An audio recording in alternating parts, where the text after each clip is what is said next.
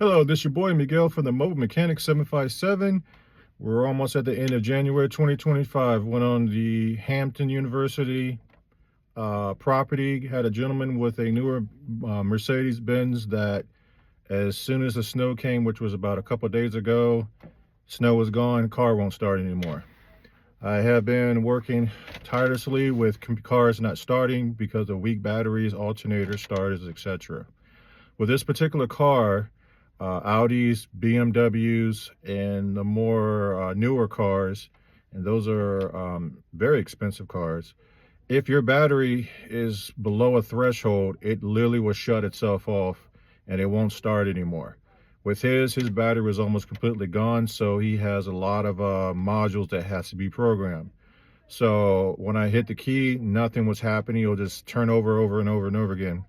So what I had to do is get this right here, which is my diagnostic machine. This will be in the description of the video when the video actually comes out. And I had to program the battery programming. I had to do the windows, the sunroof, the ECU. I had to program a whole lot of stuff. Even I had to program the alternator due to the fact that the computer, these modern cars, once the computer goes out, because of the battery, you have to program a whole lot of stuff. It's very expensive for the customer.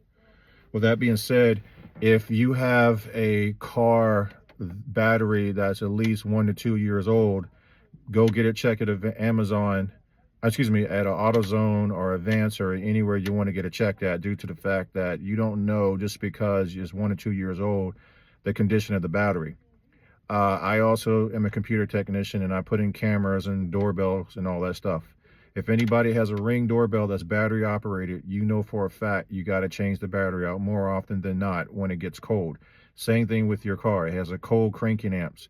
When batteries get cold, it works a lot harder.